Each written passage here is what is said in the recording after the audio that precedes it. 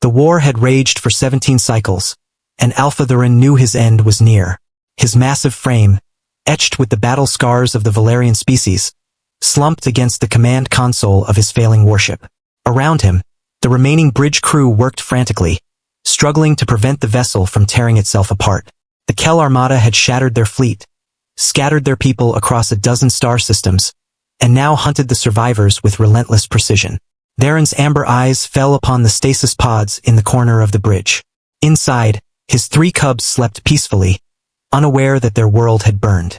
Barely 2 cycles old, Krelll and his siblings were far too young to understand war, too innocent to bear the weight of their dying civilization.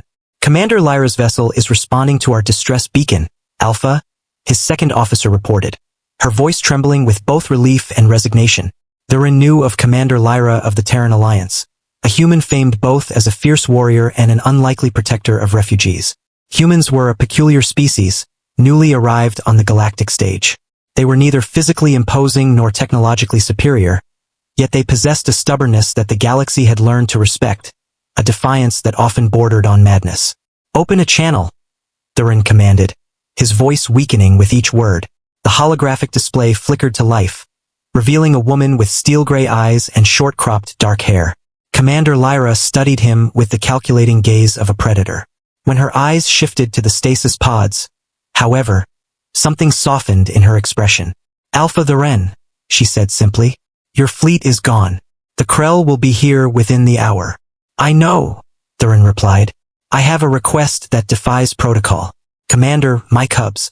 I need you to take them, raise them, protect them." Silence stretched between them. In Valerian culture, entrusting one's offspring to another species was unthinkable. A total admission of defeat, a surrender of bloodline and honor. "Why humans?" Lyra asked quietly. "Why me?" Theren managed a weak smile, revealing rows of sharp teeth. "Because you are pack hunters who adopt strays. Because I have watched your species take the orphaned, the broken, the lost, and turn them into something formidable. Because the galaxy underestimates you, and that will keep my cubs alive long enough to become what they need to be."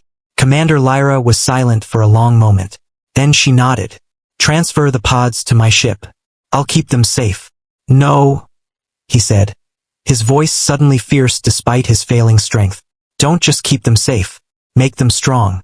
Teach them to fight like humans fight, with cunning, with unity, with that terrible refusal to surrender that makes your species so dangerous. When they are ready, they will reclaim what was taken from us." The transmission ended as Theren's ship began its final descent. Commander Lyra's crew retrieved the stasis pods moments before the Valerian vessel exploded in a brilliant flash, taking Alpha Theren and his loyal crew into the void. 15 cycles passed. Commander Lyra, now Admiral Lyra, stood on the observation deck of the Terran flagship Indomitable, watching the fleet assemble. Representatives from 24 species waited nervously, their eyes fixed on the hangar bay below. The Krelll Dominion had grown bold. After crushing the Valerians, they had turned their appetite toward smaller civilizations, consuming territory and enslaving populations. The galaxy had fractured into isolated pockets of resistance, each too weak to stand alone against the Krelll war machine. Then the hangar bay doors opened. Silence fell across the observation deck. Krelll walked out first, and the galaxy finally understood what humanity had created. He stood nearly 3 meters tall, his Valerian physiology enhanced by 15 cycles of human training. But it wasn't his size that made the assembled representatives step back. It was his presence. He wore hybrid armor that blended Valerian combat tradition with human tactical design. Behind him marched his siblings, equally imposing, equally lethal. But they didn't march alone. Behind the 3 Valerian cubs came the Legion, 2,000 warriors from 100 different species, all bearing the insignia of the Terran Alliance. Humans, Valerians rescued from slavery, Krelll defectors, and dozens of other races that humanity had sheltered, trained, and united under a single purpose. Krell's voice echoed through the deck, speaking perfect galactic common with an accent that carried both Valerian tradition and human determination. 15 cycles ago, my father entrusted us to humanity, believing they could make us strong. He was wrong. The representatives shifted uncomfortably. They didn't make us strong. They made us unstoppable. They taught us that strength isn't just in claws or weapons. It's in the bonds between warriors who fight for each other. It's in the refusal to abandon those who cannot defend themselves. It's in standing together when every rational calculation says you should run. He gestured to the legion behind him. My father asked Commander Lyra to raise cubs. Instead, she raised a family, and families don't abandon each other.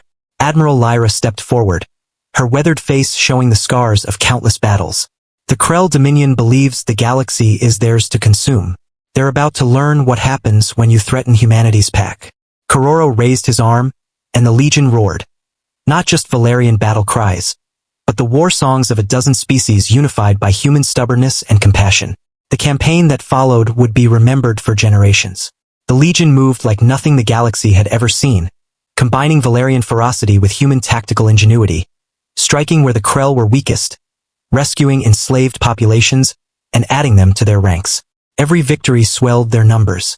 Every liberated world became another fortress.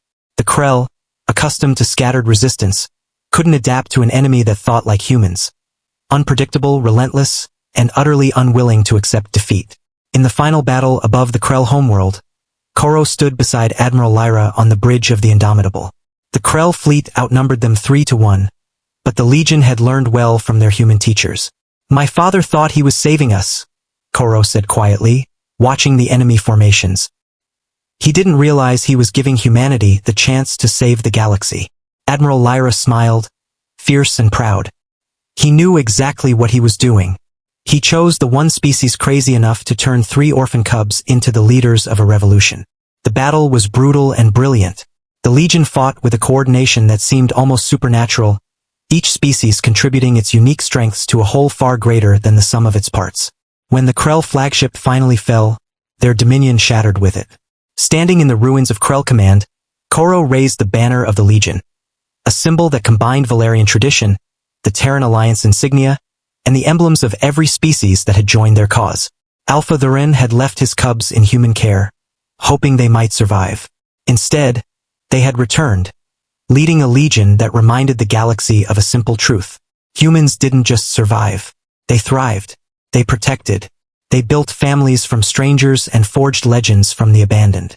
Please follow my channel for more videos. One click from you can change my life.